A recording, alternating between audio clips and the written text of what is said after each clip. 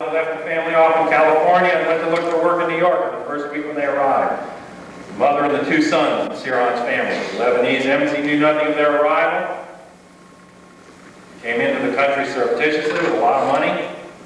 Where did the mother stay? Whittier, California. With who? Richard Milhouse Nixon's mother. When the Sirhan family first comes to the United States, they stay at Nixon's mother's house in California on CIA money. People have backgrounds. Jack Ruby can't be touched. You bring him in to testify any place. He's protected by the military and the government because they have ties at that level. Defense Industrial Security Command is a key position where not only Tennessee Valley Authority, but Redstone Arsenal. That's where they bring all the Nazi rocket scientists. Crenshaw is not only the director of Hermandex, on the board of directors of Hermandex at the end of World War II, with the Borgheses and the Italian fascist families, and the international fascists. Prior to that, he was in the OSS. He was a colonel in the OSS, working under General Pratt. This is the general that effected the physical capture of Werner von Braun at the German border. The aide-de-camp, General Thrasher, who physically brought von Braun and the scientists under control, is Clay Shaw. And is Clay Shaw then is the person, that innocent person that Garrison tries to prosecute years later. Are they innocent? Is it coincidence that the mentor for Werner von Braun, the head of these rocket scientists that were brought over here by the hundreds, in Germany, up on charges for his work with the butcher at Auschwitz, General Walter Dornberger, when von Braun got here, he refused to do any rocket work or cooperate until they got Dornberger off the charges. The guy that had helped them all through the war, get around the side of Hitler and build the space program. Dornberger is the one that thought up the space shuttle. It was originally a weapon to take a load of weapons up into outer space, could be tracked by radar and bring it back down in. Shoot it off in Germany and have it come back down in outer space into New York. Nobody would notice it. It was a comet headed for the city center. 1960s, he's here in the United States. He's been pardoned by John J. McCloy, another member of the Warren Commission, who cut the deals with these Nazis to move into the United States for the hundreds, rocket and aerospace munition scientists and spies. Alan Dulles, another member of the Warren Commission. John J. McCloy, the High Commissioner of Germany at the end of the war. Lets the Krupps go. Lets the Tice and Steele people go. The people who finance Hitler into power. People are related to the fascists. So Dornberger comes over to the United States. Everything's hunky-dory. He gets a job, Redstone Arsenal. Then he's sent to work for many years at Bell Helicopter System. Where? Fort Worth. Who's his right-hand man? Top-ranking military intelligence agent. Michael Payne. You know Michael and Ruth Payne? Students of the Oswald case. Hear that name? Not Williams in the JFK film, but Payne. Ruth Hyde Payne, H-Y-D-E, that's an important name. Michael Forbes Payne. That's important. Look up the name Forbes in the United States. Find out who these people are. Dornberger's right-hand man, his wife, houses Marina Oswald. His wife is one of 4 people who testifies that Oswald owns a rifle. The other is her husband, and the other two is a nice couple, the de Mohrenschilds, George and Jean de Mohrenschilds. They say that Oswald had a rifle too. So do the Dallas police and the FBI. Can you trace it back to the P.O. box? Can you trace it to a signature of Oswald? Can you make it stick in a real court situation that he even owned the rifle and the pistol? Or ordered it? I don't think so. But these are the people that testified against him. George de Mohrenschildt, an anti-communist kicked out of the Soviet Union. His father was the Marshal of Mobility in Minsk and Byelarussia, where the Nazi Quisling government was. His father could take you up to the court of the Tsar. They were the Rockefellers, the Nobel oil family employed him. They were like the Rockefellers of Russia before the fall of the Bolshevik group. They lost a huge oil fortune. The brother, Dmitri von Mohrenschildt, was imprisoned for a period of time, and when they got him loose, they fled where? To Germany. They worked with the emerging fascist networks in Germany. The cousin of George de Mohrenschildt was a Nazi propagandist in the 1930s making films in New York, Baron von Maydal. He and George de Mohrenschildt were under constant surveillance by FBI. De Mohrenschildt was arrested for spying at Corpus Christi. He was kicked out of Mexico with Douglas MacArthur's nephew. Douglas MacArthur's another guy that cooperated with the Nazis at the end of World War II. Both the Asian and the German fascists. You know, not all the fascists in the world were German. Not all the Germans were fascists. We had indigenous American fascists that were willing to move from fighting along with Germany in a period, arming them so they could take out the Soviet Union, and then switching sides at the end of the war to start the Cold War under Dulles' leadership. These are the people that got Oswald the job at the book depository, their friend Mr. Truly.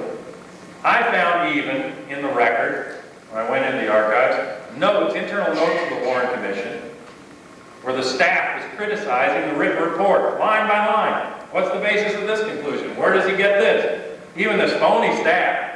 One of the documents that's still locked up is the meeting where the Warren Commission chose the attorneys that would be the assistant counsels. Why is that national security? Ask Arlen Specter. Ask David Bell. Why are they so important? We can't see the meeting on which it was decided to choose them. Do they come from nowhere? Is it coincidence? Mr. Bowie and Mr. Regoradsky from the White Russian community there, the Orange Shields, and the people that the Oswalds knew, the military-industrial complex, Max Clark and these others, White Russian Orthodox Church. By chance they happen to meet the Bowies and the Regoradskys there. By chance they happen to work at the Tolstoy Foundation, the major drop point for the anti-communist refugees in the United States. There's a chance that Spaz T. Reagan, who meets and sets up the debriefing at a house in New York, the Oswalds coming back from Russia, happens to be the head, the Secretary-Treasurer, in fact, of the Friends of the Anti-Bolshevik Nation, which later emerged into the current World Anti-Communist League, included the Anti-Communist League of the Caribbean, Carlos Ringway's operation. These are international and rabid anti-communist revanchists and fascists that surrounded the Oswalds everywhere they went.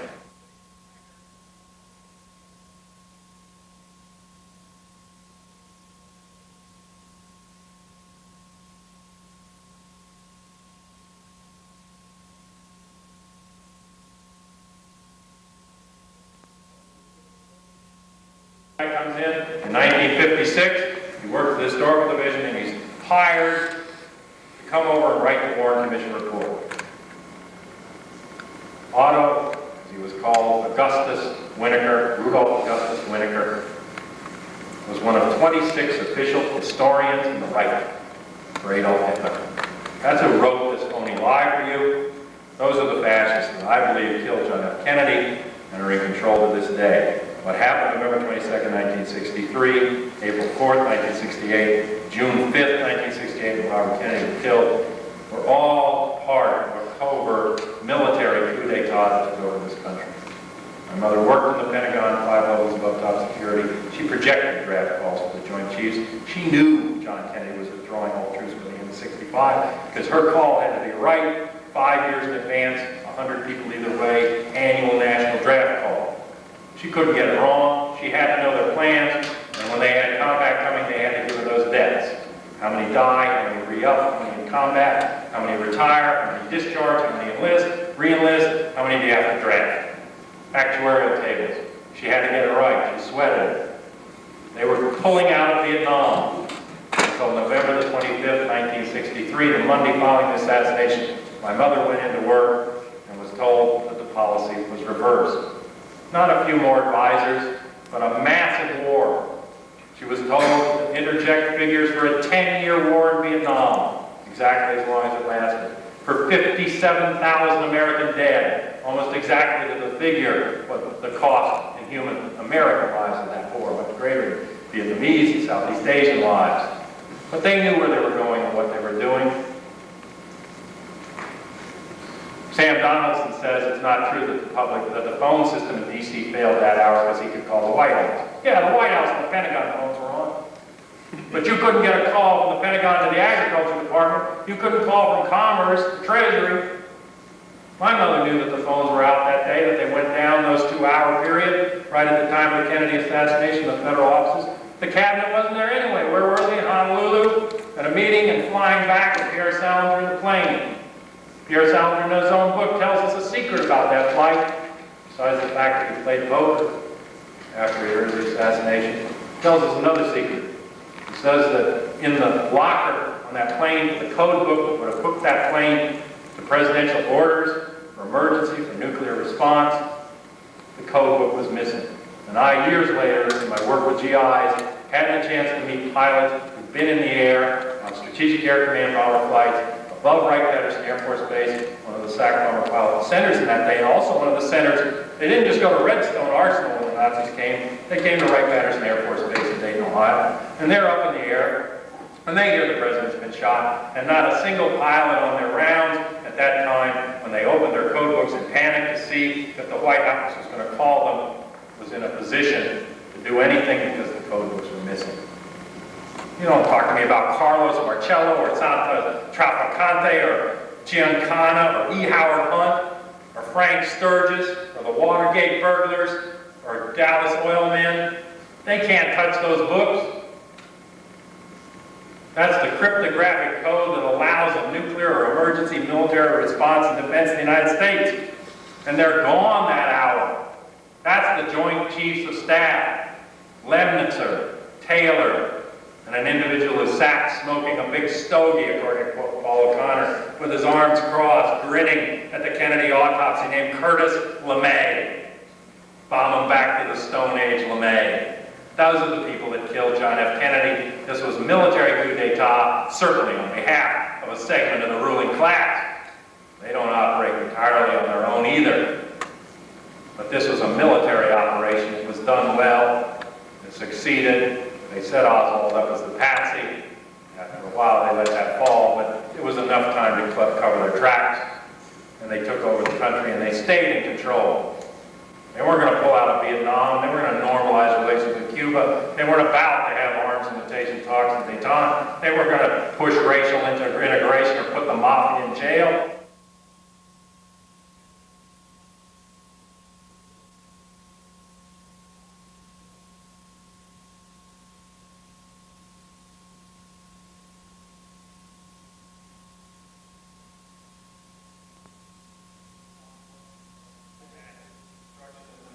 Files, destruction of hard evidence, and witness deaths in the Robert Kennedy case that Cyril Wecht will talk about in more detail tomorrow.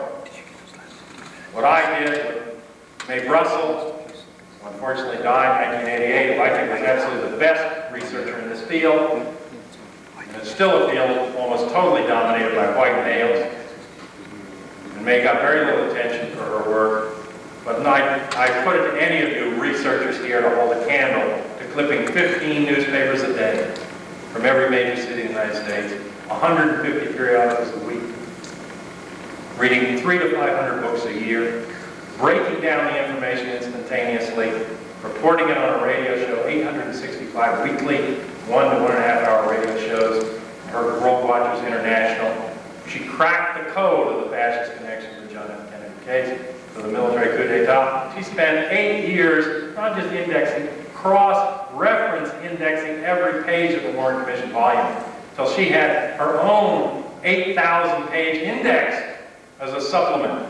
Not the one little book, Sylvia Marr index, or the Mary Farrell postcard index, an index that couldn't be rivaled because it traced every name and every piece of money. And then she went into the backgrounds and she saw those people move.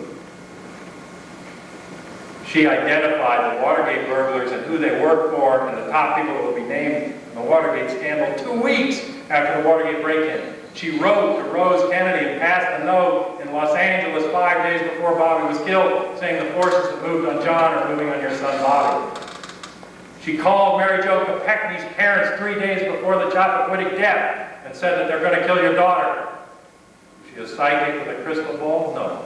She was an alternative, revisionist historian with a good nose for what's wrong with this country and who's actually in control. She could see the forces moving, the money moving, the people that were threatened.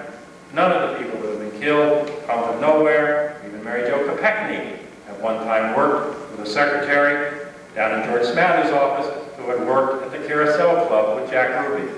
She was the last person to see the secret police file finally released on the RFK case. She came into the Kennedy camp from outside. He wasn't in the car. She was dumped in the drink and murdered. News people have been murdered. We mentioned Dorothy Kilgallen, up with Jessica Savage. I challenge researchers to go back in history to the end of the Weimar Republic, to the rise of Hitler, to 1928 to 1932. You will find evidence in the files of the Weimar Republic of 400 unsolved political assassinations, labor leaders, musicians, political activists. Time and time again, the government said, we know this is a political murder, but we can't solve it. We can't put the finger on the Freikorps, the reactionary veterans from World War I that were underpinnings of Hitler's storm troops. We can't solve it. Well, if you don't solve them here, it's not just going to be a matter of John F. Kennedy or Robert Kennedy or a favorite presidential candidate. It's going to be all the rest of us.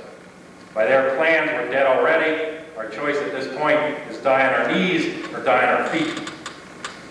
Thanks, John.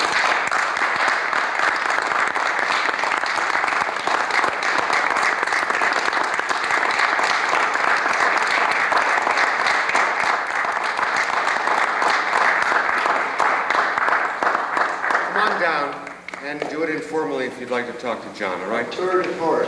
Come on down. Thank you.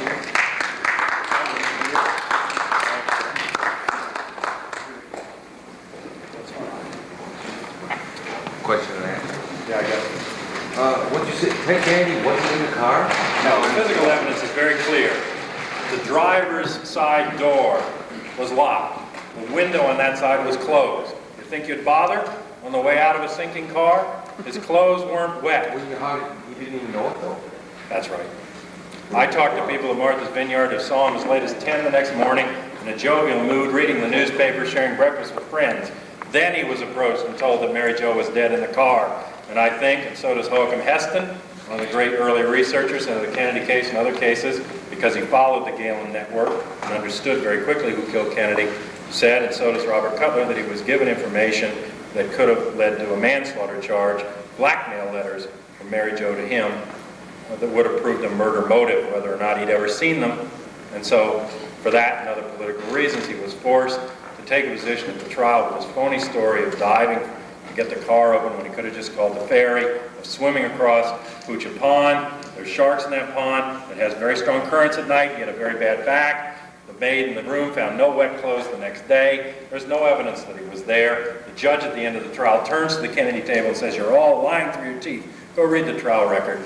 And all the right-wing books still trying to keep him out of office. They keep coming out, get closer and closer to the physical reality. The most recent two books, one says he was in the car to the very last minute, then he jumped out and drowned her because he had killed her in an accident before. Okay, I mean, they're closer and closer to saying he was not in the car because the hard physical evidence proves that. Robert Cutler shows it in his book, You the Jury, Ray Chappaquiddick, and she was killed also not by drowning but by asphyxiation, according to the report, with her head in the air pocket.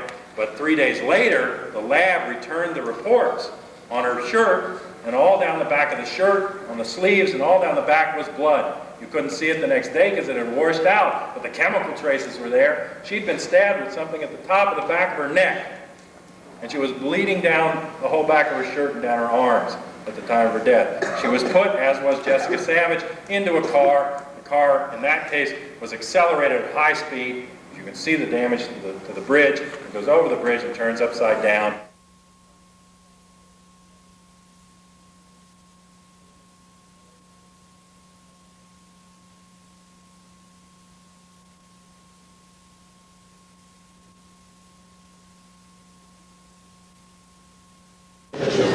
I'm your host and moderator, George Montelica, for the Midwest Symposium on the Assassination of John F. Kennedy, sponsored by the third decade.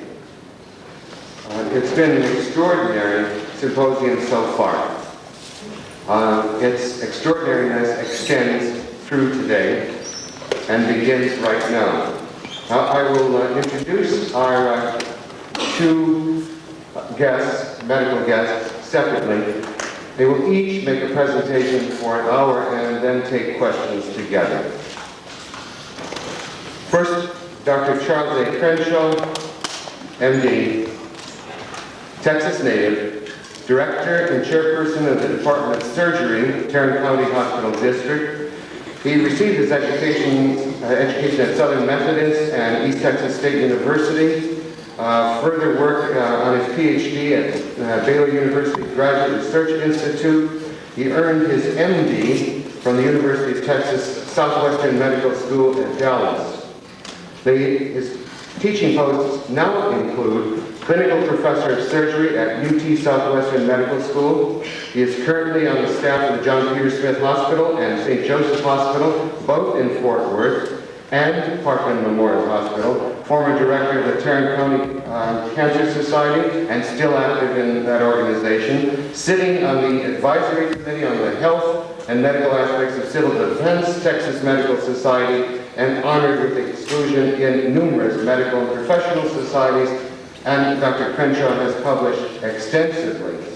He was present in the trauma room when the Parkland doctors attempted to save the life of President John Fitzgerald Kennedy on November 22nd, 1963. Dr. Charles A. Crenshaw.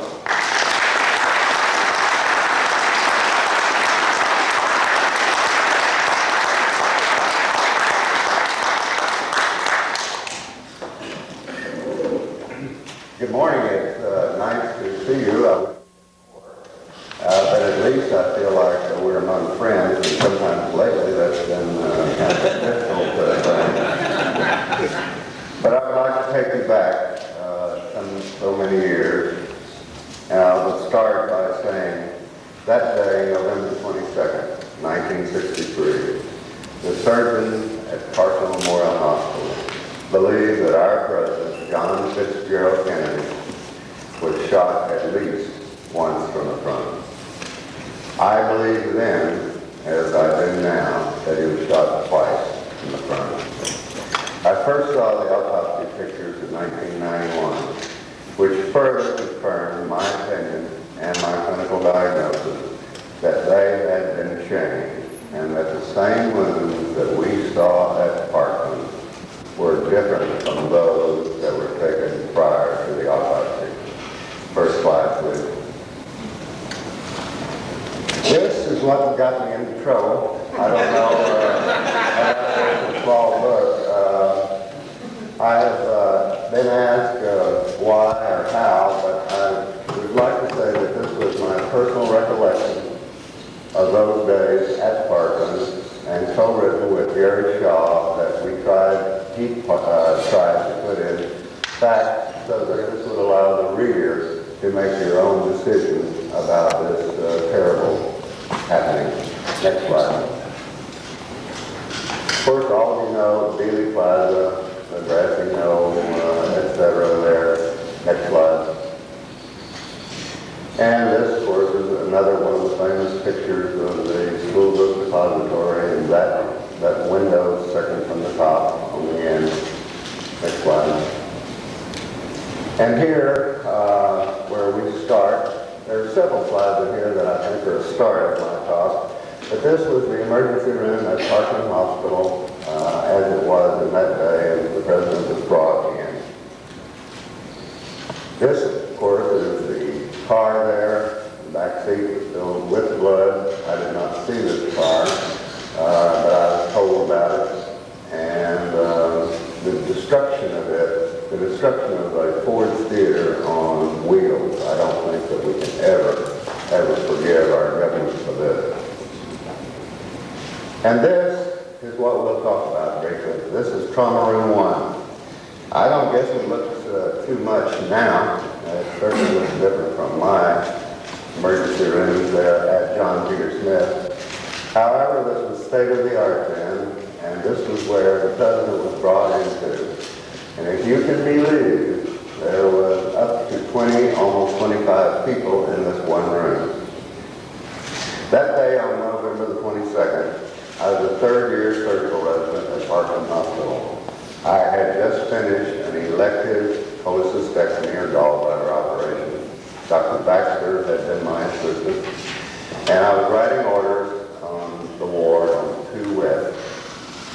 And all of a sudden, there was a page, and the page Dr. Tom Shire, the chief of surgery staff, and never did they have a page the chief of surgery staff. Having known that he was out of town at the Western Surgical meeting in Galveston, I immediately picked it up. We had very few private patients at Parkland, but he had a medical student and a dental student. Both were upper GI bleeders or had peptic ulcer disease, and I was worried initially that maybe one of them had broken loose and started bleeding, and I might have to do an operation there without Dr. Shire, one of his private patients. But I picked up the page, and the page operator emerged at the I told her that Dr. Shire was out of town. She said, the president has been shot.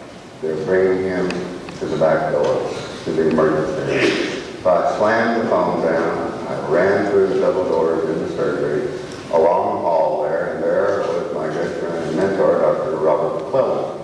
He was standing there looking at the board where you post all the surgery and what was going on, and calmly, he hadn't heard or noticed anything about the page. And I literally picked him up and carried him for a few steps, telling him briefly that the president had been shot, was being brought to our emergency room.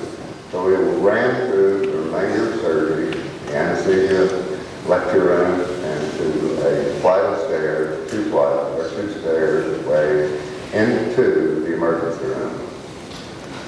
On entering into the emergency room, the Parkland emergency room is a zoo.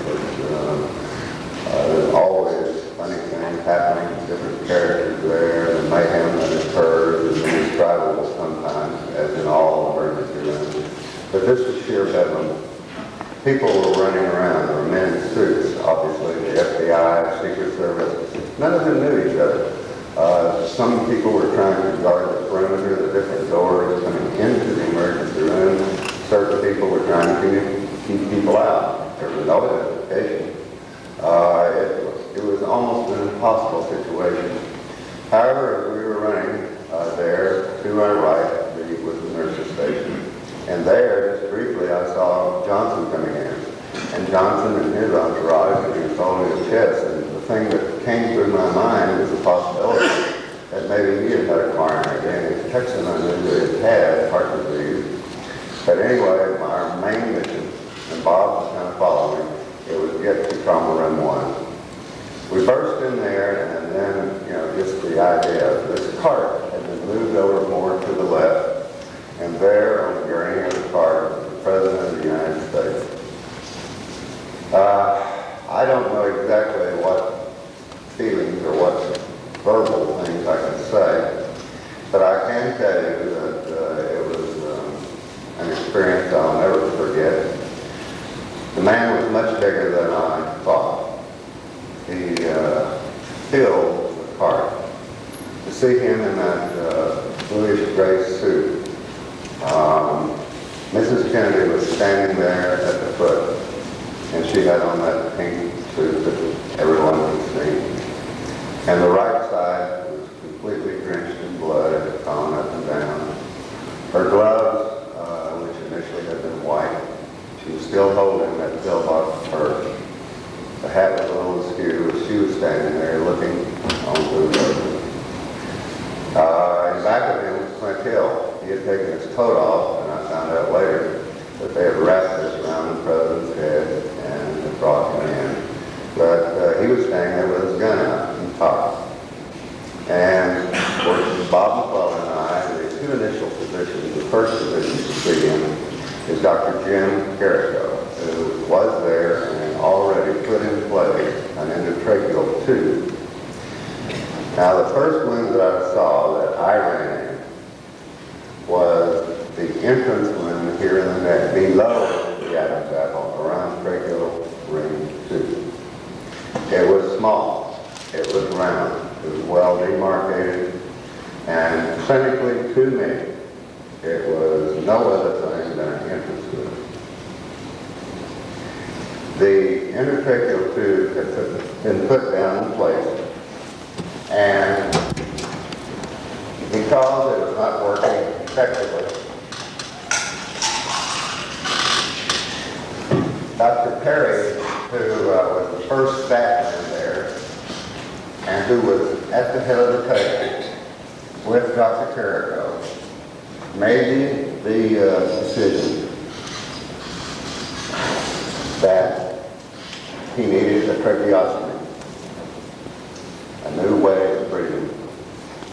So then he immediately made this decision with Dr. McClellan there, who was putting on gloves, and he started the operation. This was a small, sharp, smooth incision through the entrance wound. His description of the length, it was 1 inch. Perico's was that of 1.5 inches. They then, with the help of Dr. McClellan and Baxter, put in the endotracheal tube, and then, of course, he put on 100% oxygen and being bags are doing some breathing there. This still did not really do well there, but we had done the A of the ABC airway. Next, breathing, we put in, Dr. Perry asked for 2 anterior chest tubes to be put in place. These tubes were put in place here. They're nothing more than latex rubber with holes there, and then they're put under underwater seal. And what it does is to evacuate the air in what we call a pneumo, and of course, blood, a hemothorax. So these were put in place to evacuate this and to expand his lungs. Now, at this time, I and several other people, I was on the right leg and was doing a cut down. This, of course, was through the saphenous vein. We made a incision. They even made good being 2 centimeters. And we put in place a small plastic catheter into this vein and then tying off the bottom part of it so we could infuse large amounts of blood or fluid in a quicker space. Of course, we changed these things now with intercasts and things of this nature. But at that time, we only had needles and a. But this was being done by myself on the right leg, and on the left leg by Dr. Don Curtis, Dr. Sally, who was up in both of us, and Dr. Ronald Jones did the one on the left arm. So there in the space of some 20 minutes, he had 6 operative procedures. And we've been discussing on what is minor.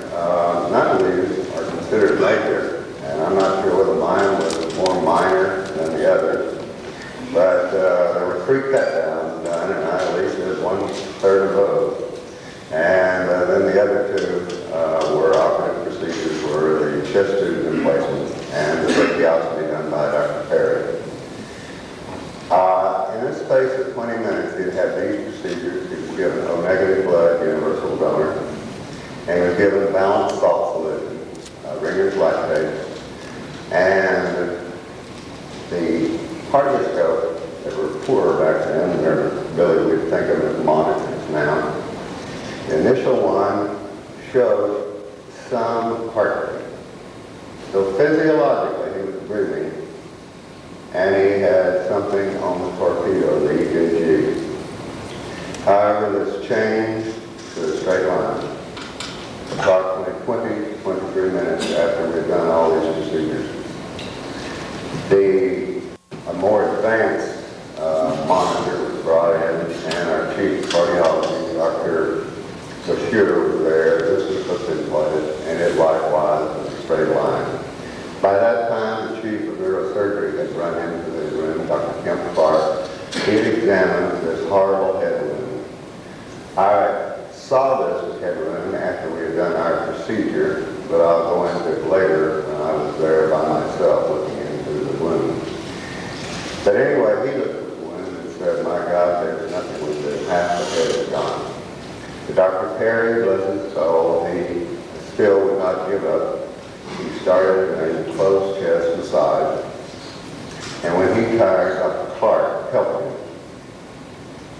Then there was no change, and the decision then by Dr. Jenkins to turn off the oxygen or the anesthesia machine was made, and we stopped the resuscitative effort a little before 1 o'clock.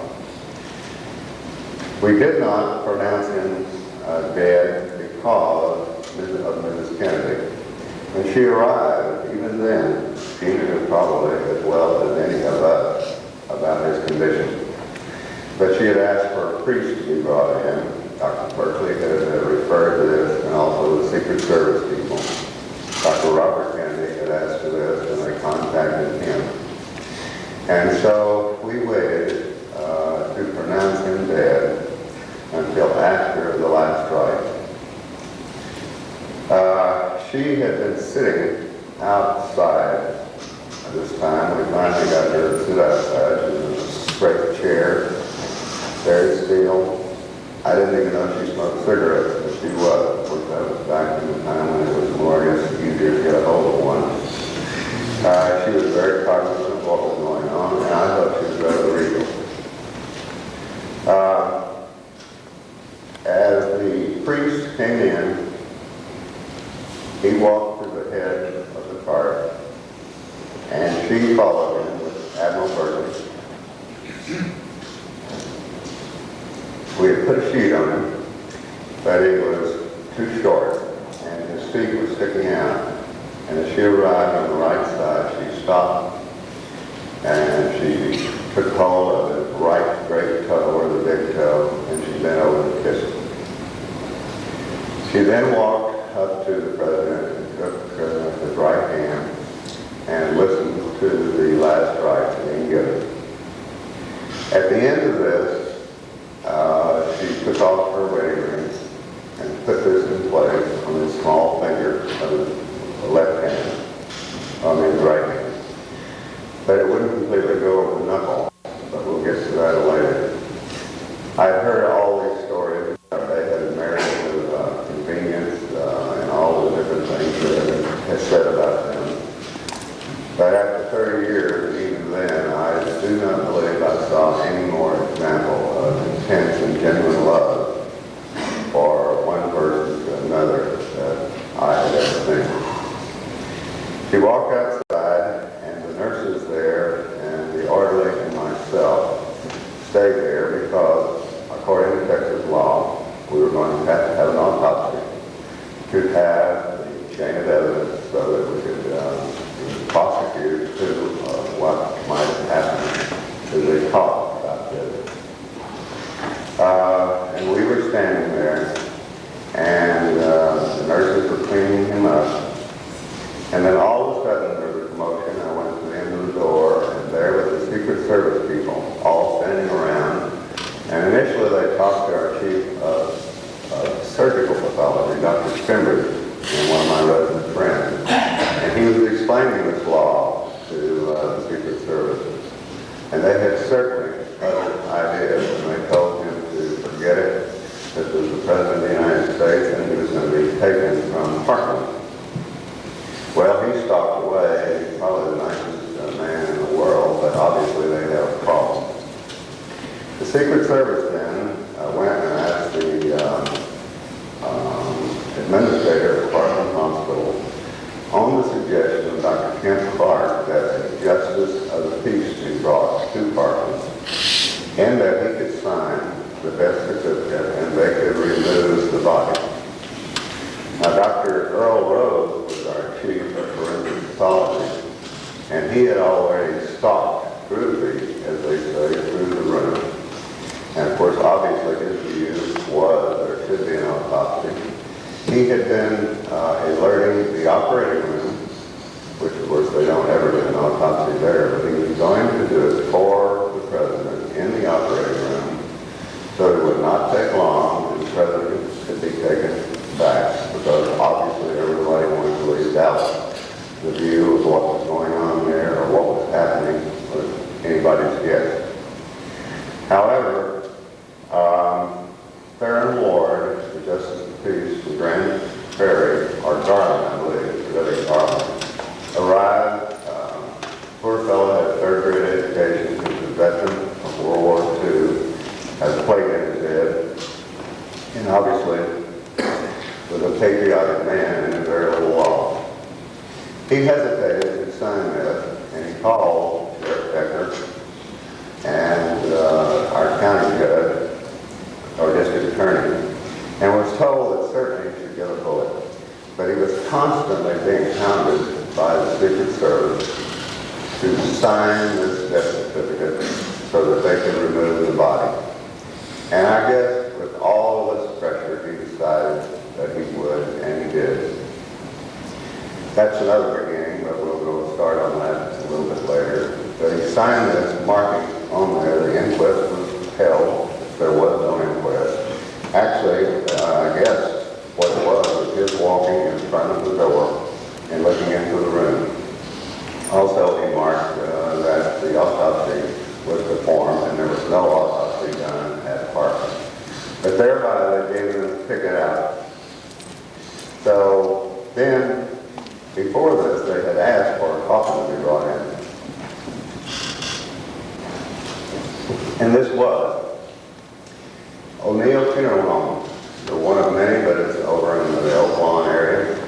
And it was the one that all of you have seen, I guess on the arrival at Andrews Air Force Station. Bronze, beautiful, heavy. And I was told that there would be no autopsy. So then it was up to me to, of course, try to help the family that stayed there. And the nurses had been cleaning him up. Initially there had been thoughts or people who said that there was a large wound here over the left. This was not true. This was a blood clot there. After it had been cleaned up, there was no wound there. The tracheostomy tube was pulled out. It was then brought together by the nurses. So again, it was smooth, sharp, and the skin edges were in apposition together. And then I had more time to look at the head wound. This was in the right back, the occipital parietal area. And it was obvious to me that it had been a tangential that's coming from the side, but still from the front.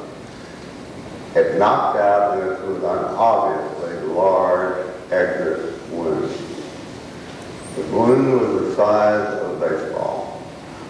Brain matter and tissue was flowing out along with blood over the part into the kick bucket. And there we identified the cerebellum, a small part of the brain that is beneath the occipital lobe of the right cerebral hemisphere. Very plain. We then, of course, we're going to place him in the coffin, and we've talked about this. Over the satin, which we did not want to,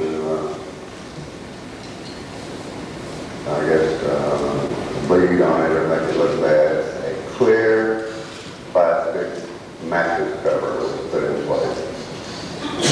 Then, because of the head, he had bled through several towels. Mr. O'Neill placed, he said 7, a number of plastic rubberized sacks over the head so that that one would not bleed into the satin.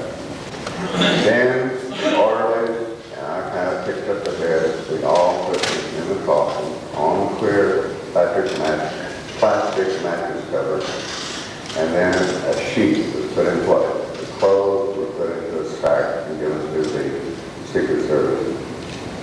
Then they bolted down, or before that, before the sack was put in place, Mrs. Kennedy did come in for a few moments of silence with the President. And there, at that time, the orderly David Phillips helped put some cream on there, and she was able to completely get the ring over the right knuckle of the small finger and right hand.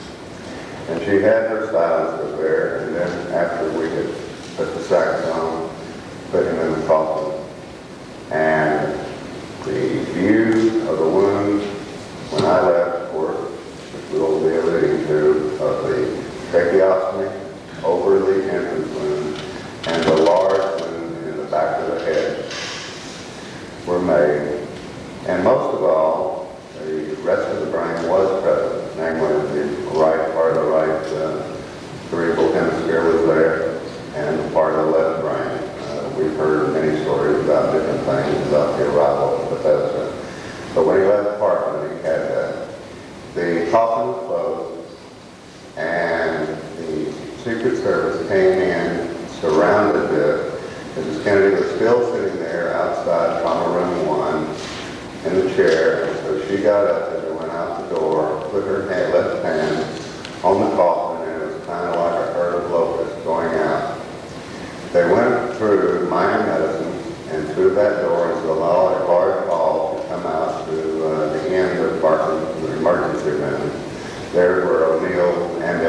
was there. Dr. Rose then appeared from the pathology office and stood in front of me, again shouting that this was Texas law. There was no way that the president's body could be taken out legally with his not having an autopsy. They looked at him, there was a great amount of noise on both things, namely people cursing and yelling, and the one thing I did hear at following this entourage was that this is the President of the United States and we're taking him back to Washington. They kind of pulled back their coats, exposing their guns. There was one guy with a submachine gun, and I have no doubt that they would have run over Dr. Rose if he had not gotten out of the way. They continued on, placed him in the coffin, or the coffin into the earth there. Mrs. Kennedy got in the back, but Admiral Berkeley being beside her, and she sat with her hand on the coffin and in prayer, and that's when we left. And that's the last I saw of Kennedy. That was the emergency room.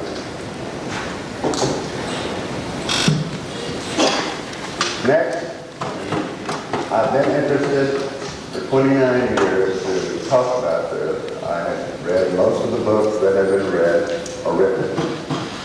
And it was not until 1991 when I met my co-author, Gary Shaw, that I saw these autopsy pictures done. And I've always apologized to the Kennedy family for having to do this, but I think it's important for history. I think you can see that tracheostomy scar, and it does not take a surgeon or a physician there to see there is something different. It looks wide, the edges are irregular, and it's gaping. More than could be ascribed to being dead or the changes in post-mortem. However, this was 1,500 miles away. But when he left Parkland, the edges of that wound were together, even after the removal of the tracheostomy there. They were smooth, they were in apposition or together, and were sharp. This really struck me as being a change here that was significant because it did not look like this. And of course, in spirit and mere speculation, I had wondered if somebody was obviously tampering with it in some way, either photographically or physically, to make it look like, quote unquote, the exit wound. And most of all, I think this is the picture that got me. And this is the one that I will refute any of my people from Parkland. You can see on the over here, the right ear. And most of all, right here, this is where the wound was. And as you can see, the head is back. There is no wound in the back. It has disappeared right here. And you can see the discoloration and the change, but this was where the whole occipital parietal.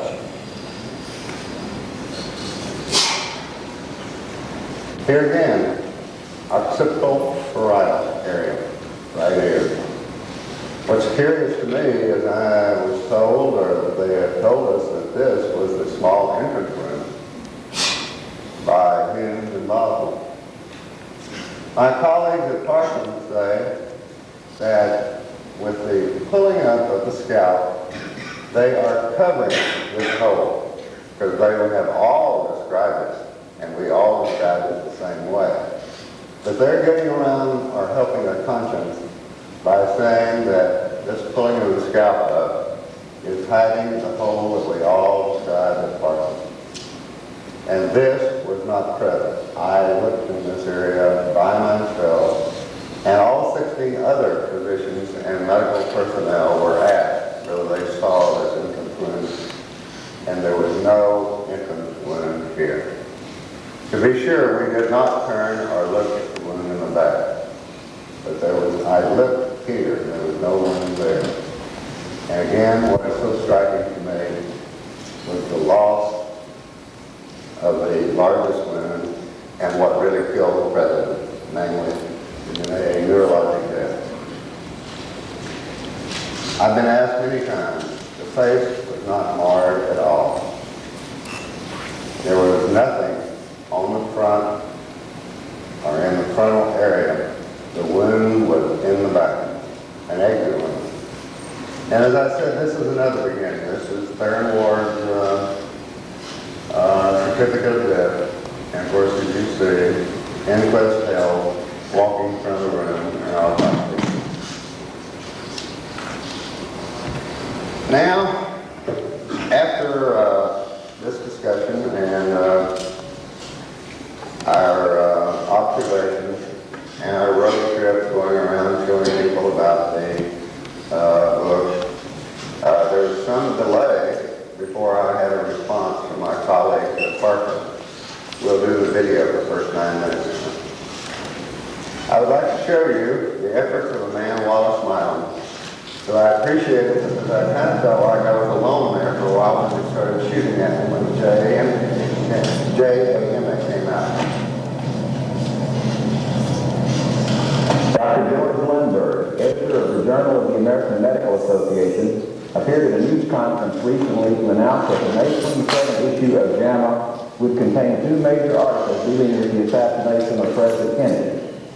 The first article is based on interviews with Dr. James J. Humes and Dr. J. Thornton Boswell, 2 of the 3 pathologists who performed the Kennedy autopsy at Bethesda National Naval Medical Center. The second article dealt with the statements of doctors who observed President Kennedy as he lay on an emergency room cart at Parkham Hospital in Dallas just minutes after he had been shot. As I read the 2 articles, my amazement grew. I began to mark misrepresentations and factual errors. Many assertions presented as facts were contradicted by statements previously made under oath. I found that the article praised Drs. Humes and Boswell for their work and endorsed their autopsy findings. I found that the article portrayed both Humes and Boswell as competent pathologists who took charge of the autopsy and performed without any interference. I found the article attacked all who believed there was conspiracy in the Kennedy killing. At his press conference, Dr. Lundberg said that conspiracy theories were motivated by paranoia and plot. The JAMA articles had particular criticism for Oliver Stone's movie JFK. It may or may not be coincidental that Lundberg held his press conference on the very day videos of the Academy Award-winning movie went on sale nationwide.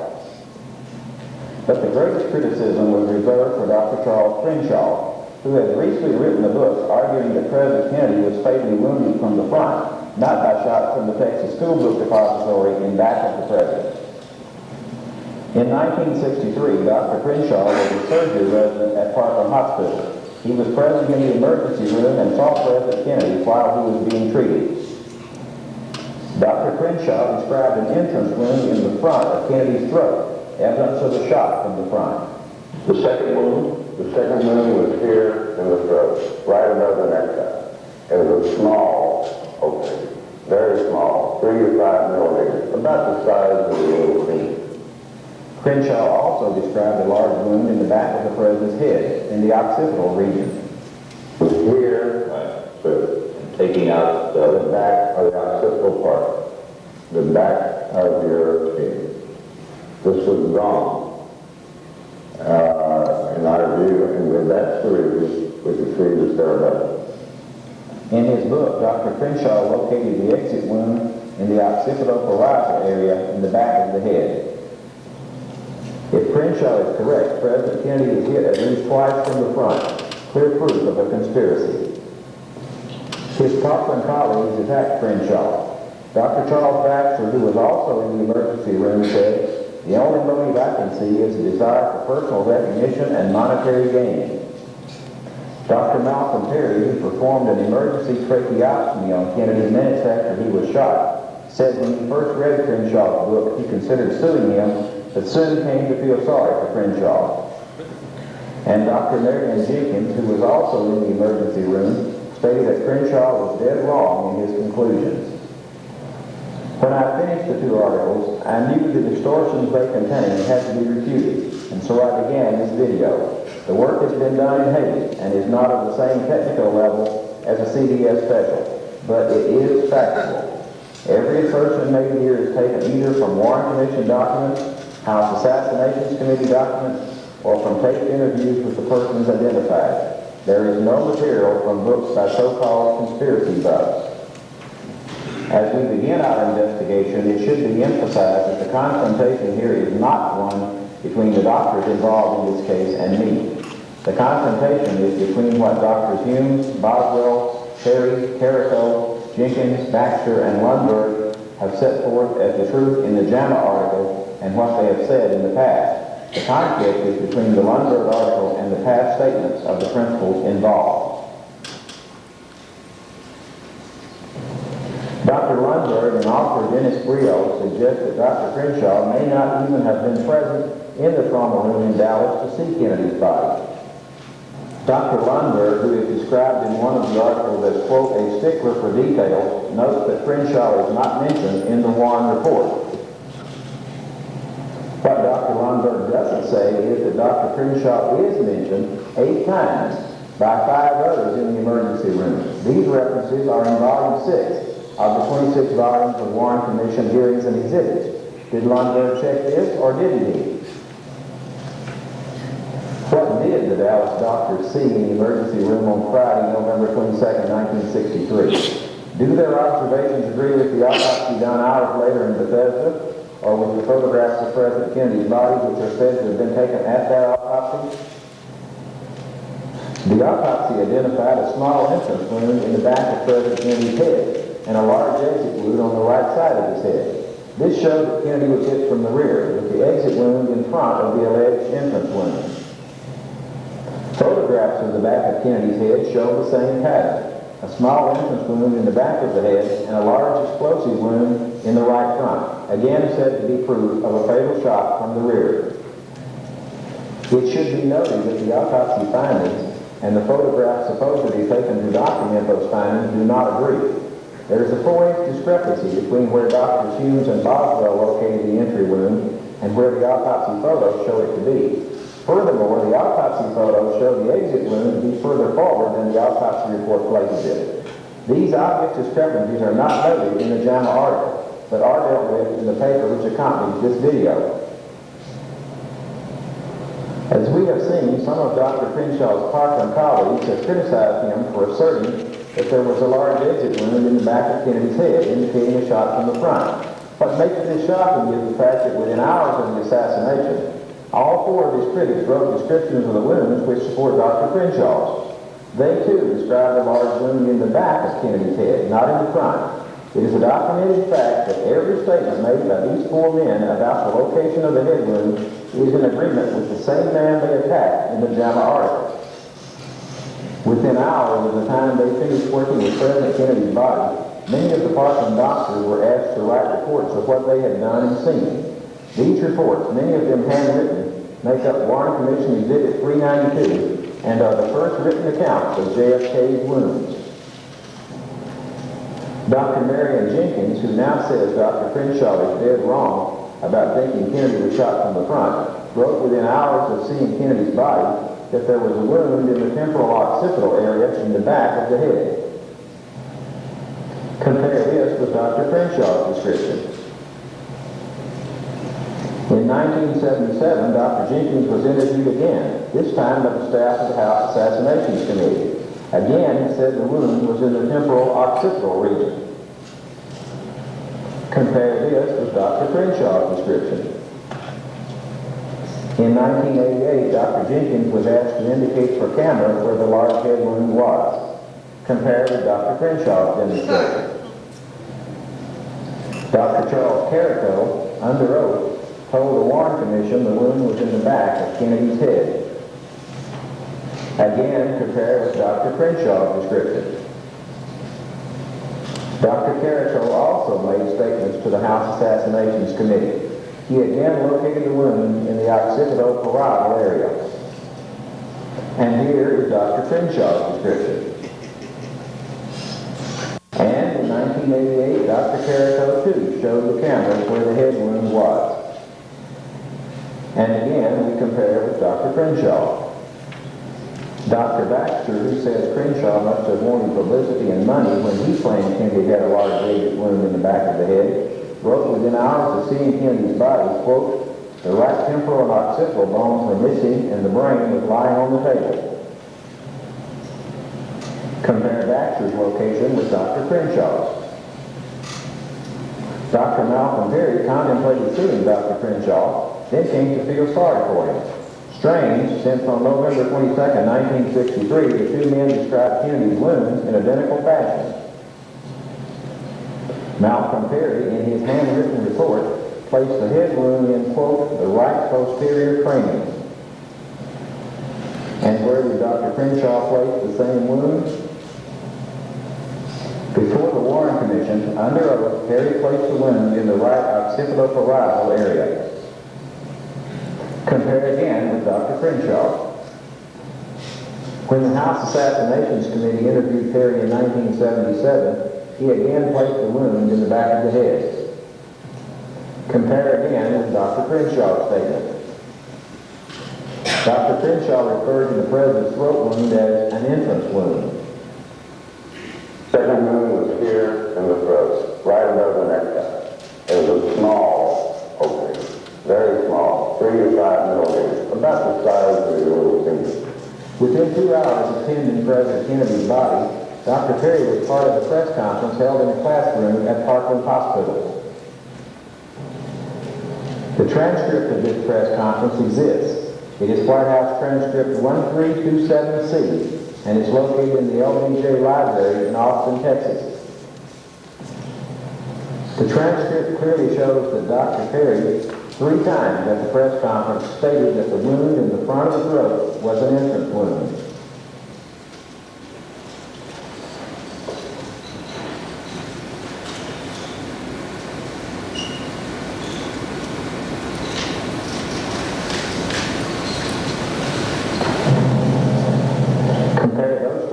Dr. Crenshaw's. Other Dallas medical personnel who were in the Parkland emergency room have located the head wound they saw. Without exception, they placed the wound that Dr. Crenshaw has 4 refractories to in the back of the head.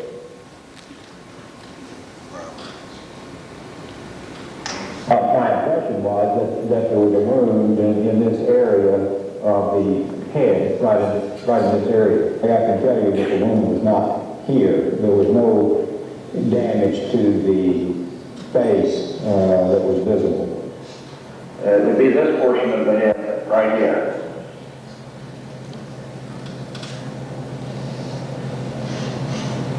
There was a massive wound at the back of his head. It appears that Dr. Crenshaw's views, far from being orphaned, have a lot of relatives. None of this is in the JAMA article. Is Dr. Lundberg, a quote stickler for detail, not bothered to read the record of the men he quoted? Okay, let's stop it there. Wow.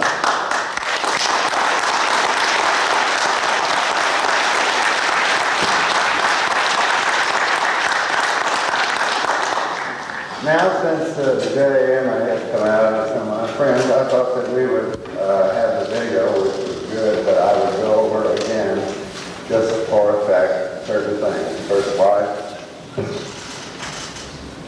This again is what got me into trouble, and I didn't think it was that big a book or that big a problem, but it certainly got everybody. To re-emphasize, we were in Common Room 1, Volume 6, in today's times, by medical personnel, and of course it's disappointing that Baxter, that's an oldest friend there, didn't know I was there, and he put me as being in there. The reason I was not didn't testify before the Warren Commission was a personal problem that I had with Dr. Marion P. Jenkins. He was the chief of anesthesiology, and he wanted all of us to write down the procedures that we had performed on the president. And then he, the director, chairman of the Department of Anesthesia, was going to write the paper about how he took care of them and sent this to the Texas Medical Journal. And I personally never handed my account in, and that was one of the reasons the Warren Commission did such a poor job of research. Since I hadn't handed in an account, they didn't know I was there. It's interesting they didn't read their own thing. In contradistinction to your speaker yesterday, Jane Arstoni, in her efforts, she knew, of course, that I was there and all the other people, and we were sent releases by JFK to sign because they worked there on, with our name tags. I'm not sure if Bob Douglas played, whether it was Baxter or McCullough. McCullough and Perry. American and McCullough and Perry. So anyway, we were there, and I always wanted to just kind of think about humans who seems to know everything. He said, I've done gunshot wounds before, and this was perfectly obvious. He had not performed deaths due to shootings previously, neither had the other autopsy pathologists. Of course, Pierre Fink is the only one who is a forensic pathologist. 4 hours after the autopsy began, they had decided nothing about the nature of either of the two wounds. And finally, they got Haynes to admit that the exit for the second wound, the defect in the front of the throat, was not suspected of being a bullet wound until the next morning after conversations with Perry. As a matter of fact, we discussed this in the coffee room there. Perry couldn't believe that they had not called any of them prior to their autopsy, which is certainly a damning thing. They should not have done the autopsy without first talking to the physicians who had seen the president before. This, of course, again, is the wound in the neck. As I say, it's gaping. The wound, the tissue is irregular there.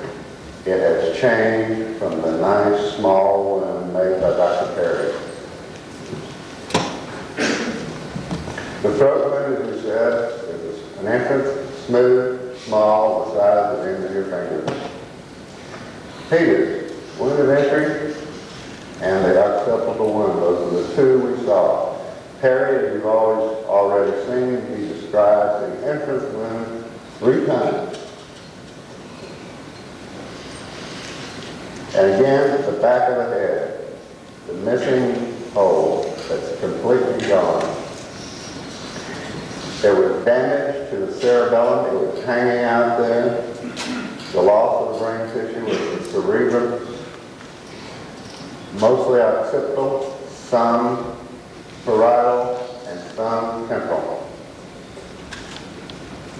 I asked my wife to draw up a brain for people. It doesn't take a lot, and of course my colleague here will discuss the difference in tissue, but to see there is a definite difference physically, and there is the cerebellum, which we saw exposed, because here was the wound. Here's Jenkins again. Cerebellum protruded from the wound. Caracal, bleeding, cerebral and cerebellar tissue. At the House Select Committee, blood and brain, cerebrum and cerebellar fragments. Perry, cerebellum was seen. McClellan, cerebellar was seen and then blasted out. Baxter, cerebellum was present. Clark, the neurosurgeon, who should certainly know the cerebellum from the cerebrum. Cerebrum and cerebellar tissue damage, the loss of cerebellar tissue at the House Select Committee. The Dallas Morning News, I guess I've been hurt by these guys, but this is what really got to me. It was June 5th. They had this conference there, Dallas Council on World Affairs. Not only was I not invited, I couldn't even get on. I applied to speak there. But my friends, Baxter, Jenkins, Perry, and Carrico, were asked by David Reel of the Dallas Morning News whether they would change any of the testimony they gave investigators. They said they had made a mistake when they said Mr. Kennedy's head wound exposed parts of the cerebellum. They really meant the cerebrum. Now, men, these are pretty good doctors. They were good then. But I now doubt their motives. Not only that, Baxter, I call them Lombard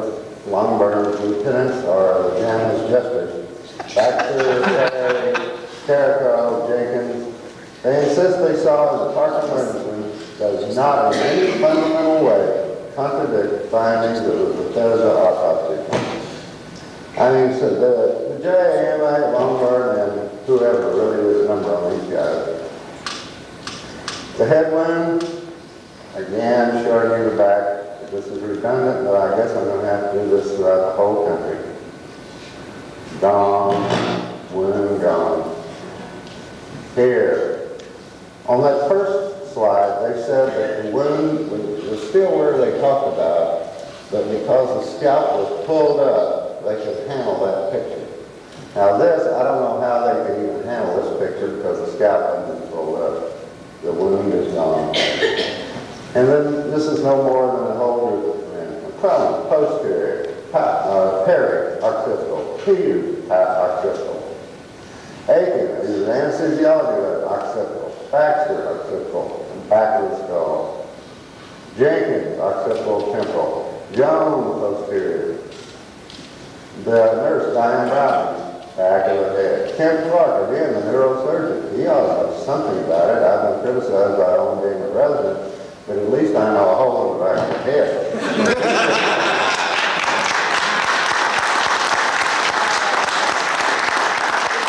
So basically, the head wound here, myself and all the other doctors have consistently placed the large wound in the back of Kerrigan's head.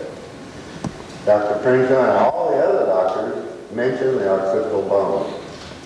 The photographs, allegedly, or they claim to be taken before the autopsy at Bethesda show the occipital area of the back of the head totally intact.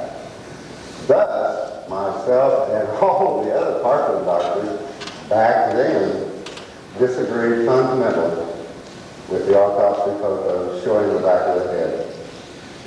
In summary, all of these findings that we've talked about, the head, the damage to the cerebellum, which 4 have now recanted, and the entrance wound in the throat, all of these are contradictory to that wonderful autopsy that they performed at the Bethesda. As other part, just to throw this in for 2 more cents, while we were operating on Oswald,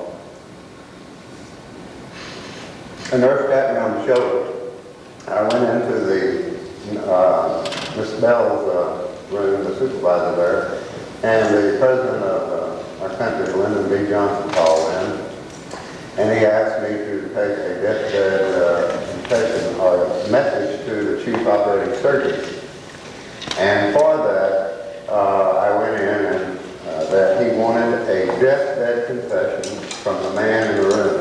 I don't know if all of you have read the book. It was a man who emulated Oliver Hardy, a large guy, mustache, the smallest cut suit. He did have a bag on the back of on the front of his pocket there, but he had a gun in the back. So that's the second time I've been in a room with somebody with a gun. So anyway, I went and told Dr. Shard the president's message, and of course he looked at me like, there are 5 guys operating, blood all over the place, 20 guys in scut suits working there, and he looked at me like I was crazy. But I said, that guy over there, he's the one that the president wants to take to that confession. And Shard and I both realized that there's no way he could have talked even if he had survived that. So anyway, my good friend Baxter, he said, did this happen? Heavens, no. Imagine the President of the United States personally calling for Crenshaw. Well, he didn't call for me personally. I was standing there, and the nurse tapped me on the shoulder, so I guess it was just by a byproduct of being there, I got there. But what hurts me even more is Baxter made this statement was not even at Parkland that day. And my intern then was a Dallas neurosurgeon now, Philip Earl Williams, who was president of the operating room, and of course he heard me giving the message to Shard, and he's told everybody for years about this. I didn't know when I wrote this book I was going to have to document everything. I thought maybe I had some integrity. And then I think this is kind of important. Rose an order by Hoover to get a man to Parkland to get a statement from the accused assassin. Rosen states he contacted Sarles and said an agent was already there for the purpose. And lastly, at their wonderful press time there, June the 5th, probably the premier thoracic surgeon at that time, Dr. Robert Shaw, kind of blew Dr. Latimer and all of my friends out of the tub, kind of there at the end. He said, you know, I've never believed a single bullet theory. The wound that I saw in the back, just to the side of the scapula, that wound was a rather typical infant wound, and it was. So I'd like to thank y'all for being patient, and we will answer questions. But I'll now let Dr. Wecht talk to you about the world's most wonderful autopsy.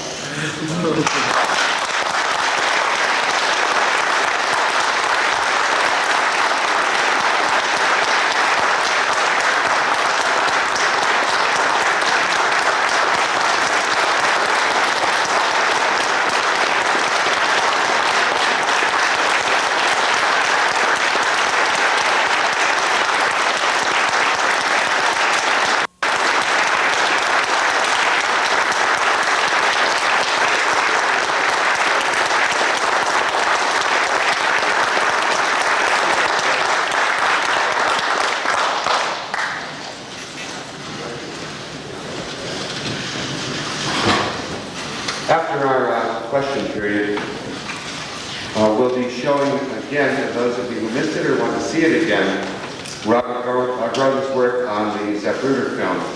So those of you who can stand just thinking about lunch, please stay. What can I say?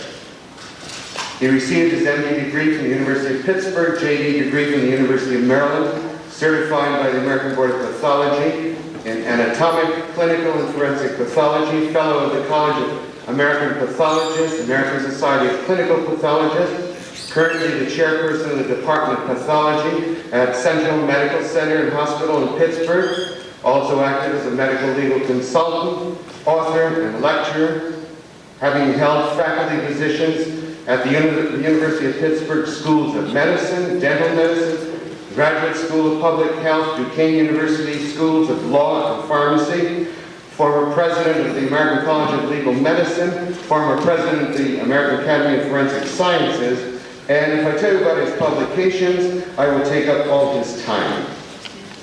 The dissenting vote on the medical panel of the House Select Committee on Assassinations, the first spokesman in the medical evidence in the search for truth, Dr. Cyril H. Wecht.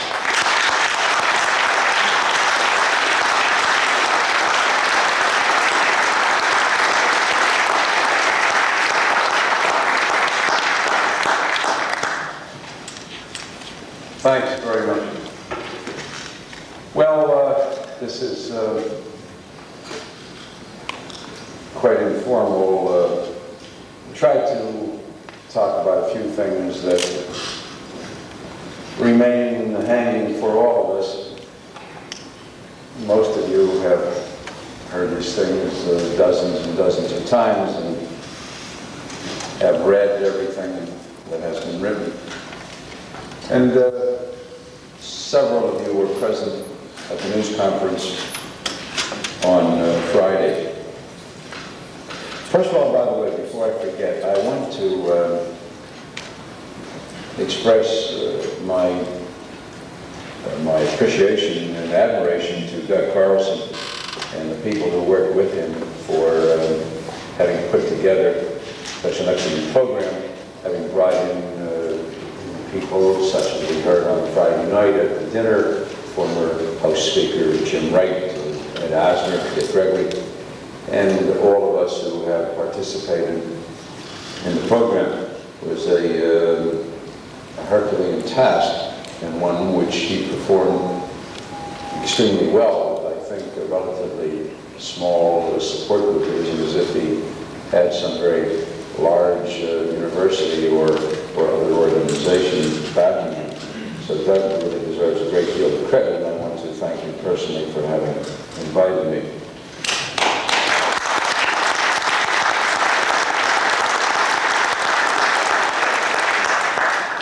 I have had the pleasure of being on programs with everybody, Dr. Crenshaw and I have become good friends. It's a recent friendship, but a very warm one. And then I go back a lot of years. Jerry Polikoff is older than his baby face would have you believe. Not as old as I am, but we go back a very long time. And Jane Rasconi with the movie, she did an excellent job and was extremely cooperative and of much assistance, an excellent liaison person with those of us who had a little bit of input on the movie as technical advisors.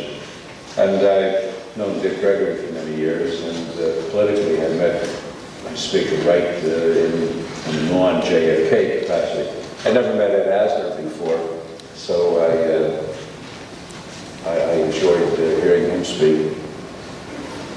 And will remember his comment as one of the nice compliments that have been made, and it was so intended at the news conference when he was introduced after me, and comment on the fact that this was the only kind of an affair where a doctor would give more applause than a movie actor. But this kind of program will have to continue because these seminars, and there will be many, in 1993, the 25th anniversary of Robert Kennedy's assassination and the 30th John Kennedy, but they have to go on. We're not going to have movies made every year, and contrary to some of the optimism that was expressed yesterday, and I hope they are right and I am wrong, I am not optimistic about major news media organizations in any way becoming more cooperative, more ameliorative, more conciliatory, let alone more supportive.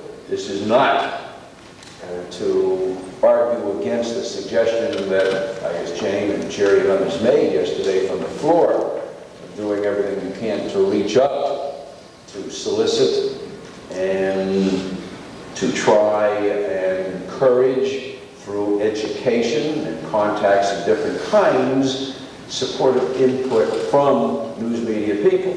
I've done that, and many of you have done that. Of course we do that. We want to do it, and most people are decent human beings, and they're happy to deal with others in that fashion.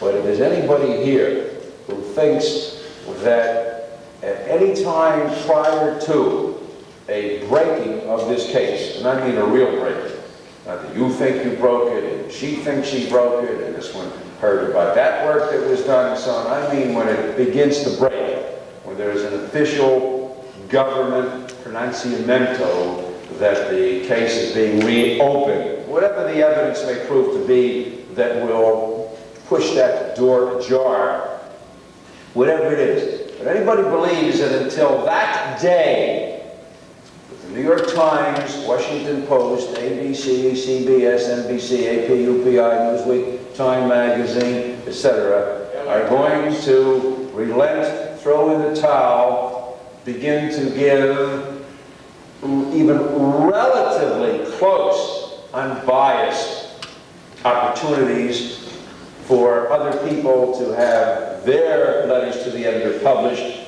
their articles set forth on the op-ed pages or so, you are really, really sadly mistaken. Now, make gentlemanly, don't applaud. It's a cry. Don't applaud. I'll make a gentlemanly wager with anybody here for lunch or dinner. You're on. I'm on. You think that there will be, yeah, well, okay, good. I hope you're right and I'm wrong. I'll take part of that. All right. I just don't see it coming. I have, forget the, not forget, but let's say they get letters or things from people, whether they be me or any others whom they recognize. All right, they're sensitized, they're programmed, and they know, but I can't tell you how many letters, calls I've gotten through the years, especially recently, from people who have not been involved in this stuff, and many of them have, great credentials. This is not to suggest that only people who have academic titles are appropriate people to address this. But the point I'm making is that if a letter comes in to the New York Times and it's written from someone who is an MD, PhD, chairman of this department, professor of that, medical specialty, so on, they choose not to publish those kinds of letters from those kinds of people, then I really don't understand how anybody can be the least bit optimistic. But anyway, that's just the conjecture. Let's talk about what has happened. You've heard a lot about the Lundberg presentation. Bob talked about it, James, Jerry, and Chuck talked about it earlier today. To make a few observations for you, and I apologize to those who heard this on Friday, but everybody should be aware of it. The article is rife with misstatements and misrepresentations. To begin with, there can be no question that Lundberg, although he did not expressly state that he stood there as the representative of the American Medical Association, unquestionably permitted and encouraged in a totally devious, surreptitious fashion such an impression to be evoked among his listeners. I have seen news conference releases from Reuters and many others, that refer specifically to the AMA. Those people are not imbeciles, they're experienced veteran news reporters. They felt that they were listening to a presentation in behalf of the American Medical Association. The AMA has not addressed this. Not that I am particularly awed, frightened, concerned, or influenced by the AMA. I have been a member, a card-carrying, dues-paying active member for 36 years or so on. But so what? Which AMA is that? The AMA that fought Social Security and Medicare? Which AMA are you talking about? So the AMA is of no concern. But the point is, this was not the AMA. It was the Journal. The Journal is a publication, the editor of which can write editorials. He is free to do that. And the House of Delegates, I know this. I have spoken specifically with several people who have occupied positions of top leadership, who have been in the hierarchy here in the Chicago AMA, Politico, PR, administrative family for 3 decades. And they told me there have been countless episodes with Lundberg and before Lundberg, where editors went off and wrote editorials on things and people at the AMA chose. Well, for good or bad, I'm not going into those issues. The point is that the editors write what they want to. The House of Delegates has its annual meeting at the convention held each year, and they are the ones, though, who pass resolutions. Sometimes in the interim, the Board of Trustees will do things and take actions if there's something of a more urgent nature. But the Journal of the American Medical Association does not speak for the AMA unless it is set forth as a policy statement from the AMA and identified as such. It has not been put to any vote of any kind, even among the hierarchy, let alone the 350 or 400,000 doctor members of the AMA. So that's point number one. Point number two, he talks about a peer review article. Nobody knows better than he. He's not an imbecile. He may be a lot of other things. He is not a dummy.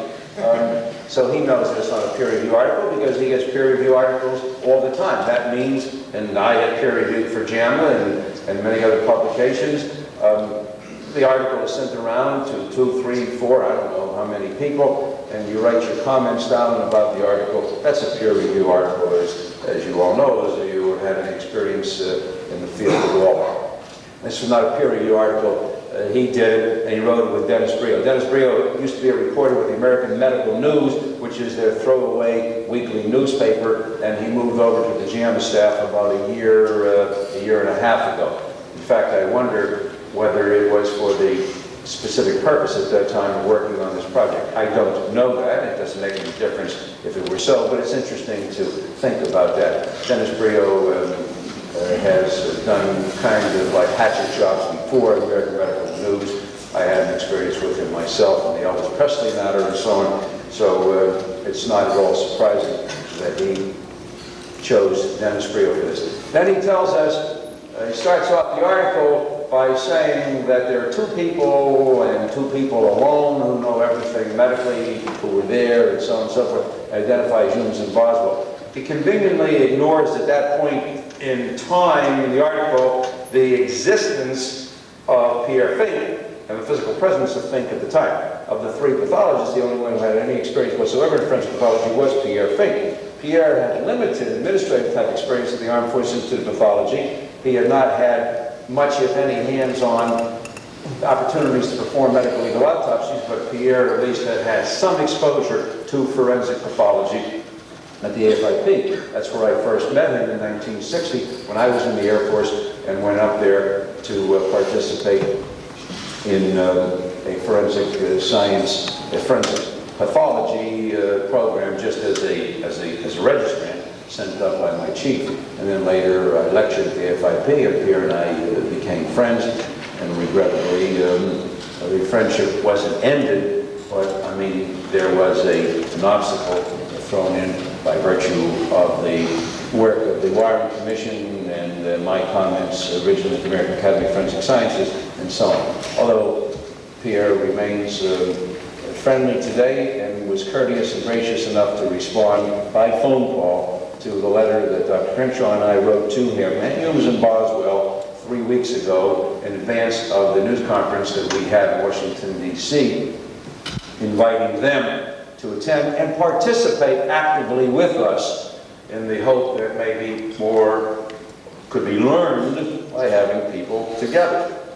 And Pierre called me from Switzerland to say that he could not come, he was sorry, but he's not feeling well, and so on. So Pierre Fink remains a gracious individual and remains alive. In the article, they talk about him as if he were some kind of a little flunky, and they refer to him, I think, as a timid, shy person or so on. Well, anybody that knows Pierre will remember that that's far from true. That Pierre was very outspoken, that is, when there was a discussion or a presentation. I mean, he was not a wallflower. Pierre was precise. He would often repeat things 2-3 times. He would pronounce his words like this to make sure that you understood what he was saying. He would sometimes spell out a medical or scientific term to make sure that you understood. He was that kind of person. Always a gentleman, classical European Swiss gentleman.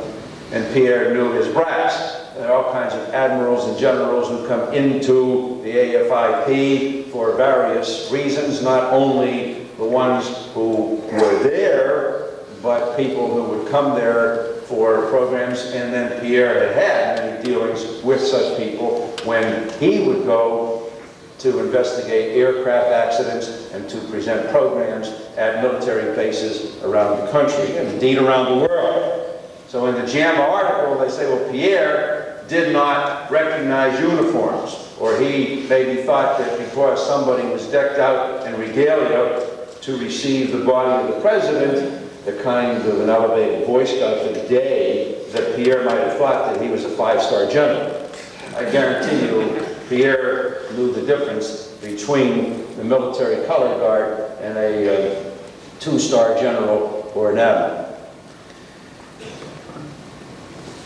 The other thing about Fink and Humes and Boswell in relationship to the article is the statement by Humes made most assertively, unequivocally, that there was no question that he was in charge.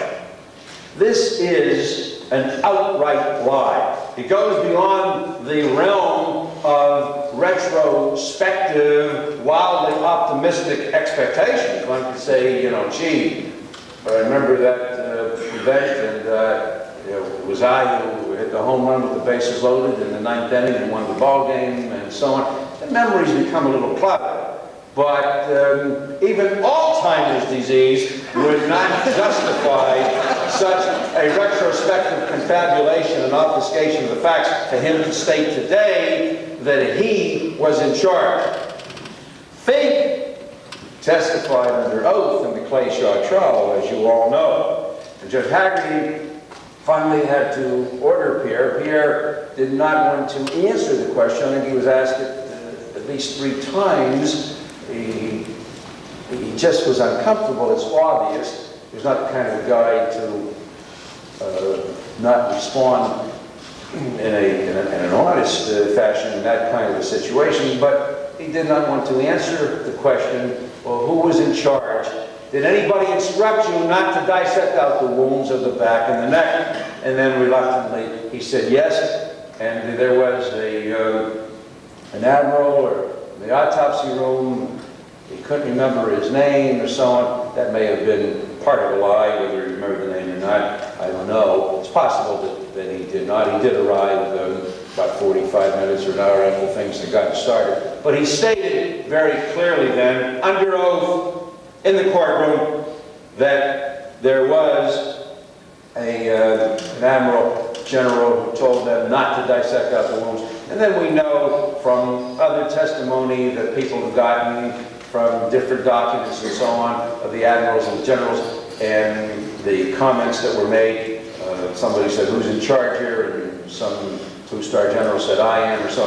For Humes to come out and say that he was in charge is just a terrible lie, and obviously designed to be part of this complete farce, this sham that has been presented to us in the form of the JAMA articles to make it seem that everything went well.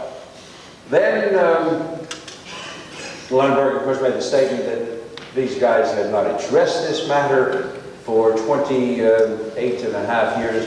That's a lie. It did take the New York Times 3 weeks to find out that it was not true. Those of you who didn't see it, under the correction column on page 3, about 3 weeks later, the New York Times referred to it. The last of 4 items for that day's correction, referring to things that had been previously printed, that it was not correct. They didn't give you names and dates, but they said that it was not correct, that those people had not spoken. There's a lengthier piece, by the way, written by a guy named Mark Bloom in the Washington Post about a week and a half or 2 weeks ago that gives dates and times of places and programs where these guys have been on. I was surprised to find it in the Washington Post, and I was particularly surprised to find that Bloom hit on Dan Rather, who gave 2 full minutes of his evening newscast to the JAMA presentation, including the comment that this was a new revelation after almost 3 decades, when Humes had been on Dan Rather's program in 1967. I was on that program, CBS Whitewash 1, and have had what I don't want to say. I don't want to say pleasure. I don't want to say misfortune, excitement, drama, amusement in my life, having been on 3 more of Dan Rather's special programs. But on the 67 program, Humes was on, and I was talking about the autopsies and so on. I remember that program so well. Dan Rather came to Pittsburgh, interviewed me at some length, about 2.5 hours. I never could get the transcript. I offered to pay for it. But anyway, in the interview, he asked me how many autopsies I had done, and at that time, I don't know what the number was. It was something like 3,500, 4,000, on that order. And so I was watching the program, and a couple of weeks later, and he asked Humes, who was on first, how many autopsies have you done, Dr. Humes? And Humes said, I think it was 1,000 or 1,200. And then when he came to me, the question he had asked me about how many autopsies I had done was not on. It wasn't an advertisement for me to have people come to me to have their autopsy. But it's very, very interesting to see the Dan Rather's mind the rotten son of a bitch has not changed in all these years.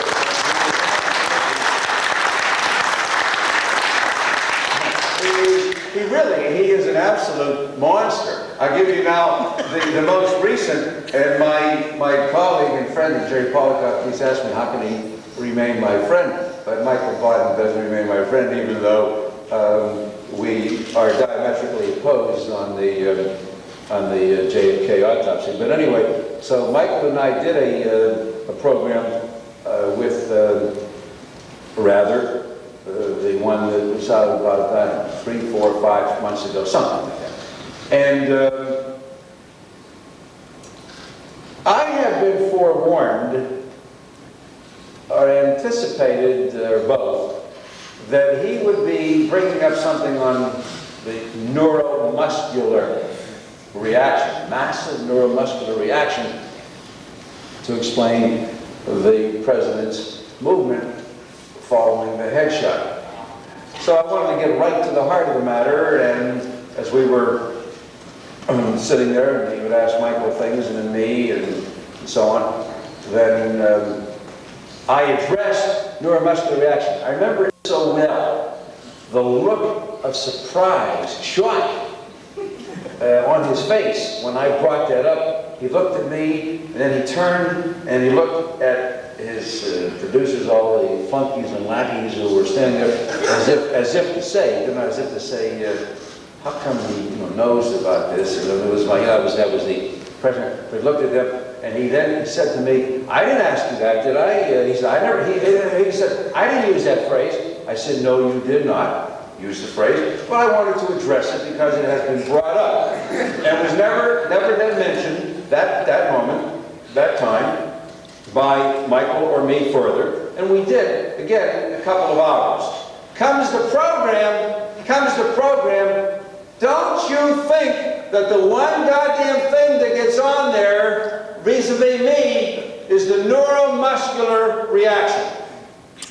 He now has plugged it in using the very words that he expressly stated he had no desire to discuss. I wrote him a blistering letter, and Michael remembers it well and agrees with me 100%, by the way, Jerry, and is very, very disturbed by that. And I sent a copy. There was a reporter in Hollywood, I guess the Oliver Stone people had him contact me. I sent him a copy, and I think it was published out there and commented upon. I have not seen it elsewhere. Well, I didn't send it out for publication, although it's not a secret or confidential. Now then, back to the JAMA thing. The personal agenda of Lundberg cannot be more emphasized, corroborated, than by pointing out to you the following. Think about this. Here's a guy that sets out to say that the Warren Commission is right. And to be very, very clear about this, we must say in a country with First Amendment rights, freedom of speech, he has that privilege. And because he's the editor-in-chief of JAMA, he certainly has that position of authority. Okay, then to those of us who have been around, as painful as it may have been, we would have said, well, so somebody else has jumped on the bandwagon on the other side, and we're not terribly surprised. It's regrettable, but so it's going to happen. That was not Lundberg's objective. Think for a moment. If that were his objective, as a medical person talking to medical people through the medium of his journal to present medical scientific facts and opinions, what could have been more weighty, more relevant, more focalized, more specifically supportive for him than to have gone to all of the members, or at least some, or get one to be the spokesman for the members of the forensic pathology panel of the House Select Committee on Assassinations, all of whom are board-certified, experienced forensic pathologists. One is dead. There were 9 of us. I was the sole dissenter, so there are 7 of them. And it happens that the chairman of the panel is right there in New York City, Michael Baden. Lundberg doesn't go to Baden or Joe Davis or John Coe or any of the others. He can't, because that defeats his objective. His objective is not just to come out, or primarily to come out and say, hey, I believe the Warren Commission report, I believe that they were right. His objective is to rehabilitate Humes and Boswell. His objective here is a very personal thing vis-a-vis Humes. He can't go to Barton and the others because they have already criticized the autopsy in language that sometimes is more vehement and more denigrating than the language that I had used. They have put this in writing. It's part of our official report from the forensic pathology panel. What an inept, incomplete, badly bungled autopsy. You see, the reason, well, not that I hesitate to criticize the autopsy, I don't have to dwell on it because I have more important matters to deal with talking about the whole thing. And everybody knows that it was a horrible autopsy. My colleagues, they got some real heavy guilt feelings to deal with. They got to know that the Warren Commission report is total bullshit. They got to know that. They have to assuage their guilt. They have to deal with this in some way for the record that will, in the future, blunt any criticism of them. And one good way to do it, the only way, is to rip on, to hit on the autopsy. In other words, the end result is okay, but man, we're going to really, really be critical of how it was arrived at. And so that became part of the official report. A blow was being struck for good forensic pathology. A case was being made for proper official governmental medical legal investigation. The need for medical legal autopsies to be done by board-certified experienced forensic pathologists. That was, you see, their saving grace. And so that's all in the record. It's all in the discussions, and it's there. Lundberg knows this. Lundberg can't go to them, therefore, to get their opinions, their comments about the findings and conclusions of the forensic pathology panel. He's got to go to Humes and Boswell. And further, he has the audacity to state that this was a good autopsy, complete autopsy, and that there was no need for forensic pathologists to have been involved in this autopsy. This is a man who, while not a forensic pathologist, is a board-certified pathologist. He was a teacher of pathology at a medical school on the West Coast.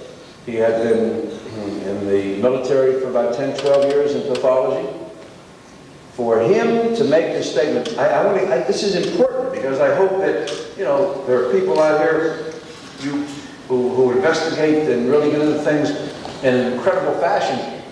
We'll learn more about the relationships here. Lundberg to Humes, Lundberg to Jenkins, the AMA Leadership Board of Trustees, there's a lot of things. For example, Lundberg was active in the American Society of Clinical Pathologists, went on to become a president of that organization.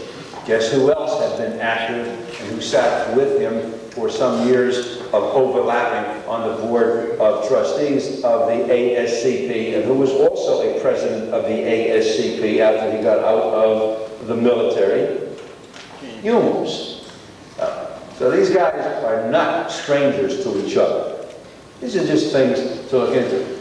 Lundberg tells us that this was a good autopsy and that there was no need in 1963 in the United States of America for the government to have called in Milton Halpern from New York, Russell Fisher from Maryland, Jeffrey Mann from Virginia, Dick Ford from Boston, Alan Morris from Cleveland. There was no need for these people to have been brought in for the autopsy, that it was okay for it to have been done by Humes and Boswell with Fink as a kind of an afterthought. Well, I wanted to really, really dwell on that because I think it's important. We all have a lot more work to do on this down the road. Now let's talk about some of the things where we stand. This is a kind of a postgraduate course. You're not freshmen here talking about JFK. So let me tell you some of the things that I think are important for us. We still got to deal with the head wound in a scientific fashion. Neuromuscular reaction means nothing. If you ask a neurosurgeon specifically, what does it mean? He'll tell you, he'll ask you, what do you mean by a neuromuscular reaction? My son is just finishing his 3rd year as a neurosurgical resident, and he's pretty bright kid. And I asked him, what do you mean, neuromuscular reaction? And he asked me right back, what do I mean? The point is, neuromuscular reaction means nothing. The journalists out there, the other side, they love to toss it. Don't be cowed by this. You know, when you're on your programs and you're participating in your debates and discussions, and they come in with this stuff, whether it's a massive neuromuscular reaction. No shit. What? Massive neuromuscular reaction? What are you talking about? Tell me, was it the spinothalamic? Was the corticospinal? Which tracts are you talking about? Can you be specific? Now when they talk about jet propulsion, jet propulsion. Well, there's such a concept as jet propulsion. We know jet propulsion, and so something goes forward, something comes backward. How does Kennedy go backward and to the left, and the brain matter also goes backward and to the left? Where's the jet propulsive effect? Where's the brain matter going forward and to the right? In the 180-degree straight line, more or less, from the movement of the object. It does not fit even under their cockamamie principles, even if one were to speculate on that. Let's talk about the brain.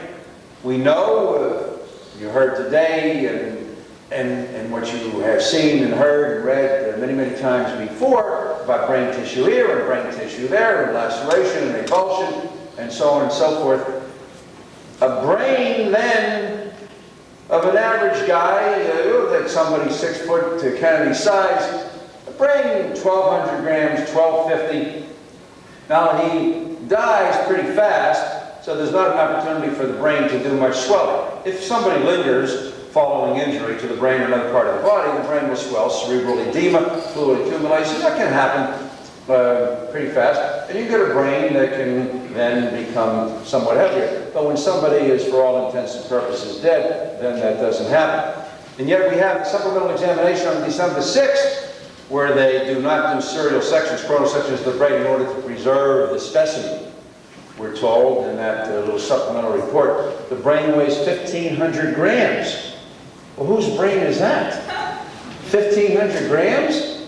See, that brain keeps on gaining weight as it rested formerly, in the same fashion that the magic bullet keeps on doing more things. As I said in Washington, D.C., this bullet becomes more mystifyingly and magnificently magic as I grow older. And so does John Conley keep moving further to the left, and the jumps into the car. And I said in Washington, D.C., in 10 to 15 years, you will see, in 10 to 15 years, he will have been in the motorcade sitting on Melly's lap. This will turn out to be a nice little family Sunday outing, and he's sitting on his wife's lap. They got him further and further over to the left. By the way, I want to mention to you, before I forget, I'm reminded by this, I want to tell you, first of all, of the event, and then to tell you, those of you who are really into this, and I'm not a shill for the Washington, D.C. Bar Association, but I want you to be aware that 2 weeks ago, Wednesday, June 17th. There was a program, was that 1 week ago Wednesday? 1 week ago Wednesday. 1 week ago. The DC Bar Association had a full-day seminar on the Shoreham Hotel. It was a continuing legal education program. They charged $250 for members and $300 for non-members. And they used the Kennedy case as the vehicle to educate the attorneys on the use of demonstrative evidence in medical type cases. They really did a tremendous job. They have a guy there who doesn't work for them, and he does this service, and he gets everything into the computer, and then he's got this laser maybe pen or whatever. Everything's been put in, and they just go through. So if you're in the courtroom, let's say you've got some terribly complex medical malpractice case or any kind of case, and you've got records upon records upon records, and as it is now, you know, you've got to say to your witness, whether it's direct cross-exam, you remember in the East Overshoe Hospital record where Nurse Smith said on the 11 p.m. shift that the patient was complaining of pain in the chest, and you say, well, let me see, and I'll go find that record, and so on. What they do is everything's been programmed in, and the guy goes there, and he pushes it out, and then up comes on the screen that sheet. You can see in big complicated cases. Anyway, this was the kind of program they did. That program is available, they're selling it. I have nothing to do with it, the DC Bar. It's pretty expensive. I'm not sure if it's $175, whatever. But for those of you who are interested, I recommend you get it for a couple of reasons. You see, we've always got to be careful, and I remind myself and others that there is another side out there. And the other side is not comprised solely of imbeciles or nebbishes like Bellin. There are people out there you've got to deal with. There are people with credentials. You should see then how this would go down if there were a trial. You got Michael Bodden testifying for the prosecution on direct and cross-exam, and then I'm testifying. Well, this is not, you see, the Jerry Spence Bugliosi trial of Lee Harvey Oswald, which is, well, it's good, and good lawyers, but it's still theater and TV. This is with a federal judge, a very highly respected judge, Judge Hogan, and because it's handled by the bar, it's a teaching thing, well, there's a little bit of leeway and so on. It's still something that more or less follows rules of evidence. So you might want to hear, you know, what the other side has to say and how evidence would be introduced by a forensic pathologist on the other side. And then there's a lengthy discussion that took place in the afternoon between Liebler and Blakey on the acoustics evidence. So if any of you are into that, I strongly recommend that you get that, because that may be well, it certainly is the most recent, up-to-date discussion. A lot of you haven't done much with that or thought about it. You're all aware of it, I'm sure. But if any of you who have a particular interest in that, then you might want to get that tape for that reason alone. Talking about the news media, harkening back to a comment I made a half an hour ago, and I got a couple of suckers who bid on the bet out front. I get your names afterwards. I'm looking for those free meals. Dr. Crenshaw and I had a news conference that day, and it was a damn good news conference. Not because Chuck and I were there. It was well organized. Hill and Knoll, Frank Mankiewicz's outfit, they handled things for us professionally. When everything got out, we had a beautiful packet. Chuck has one, which is his only one left just for demonstrative purposes to show you.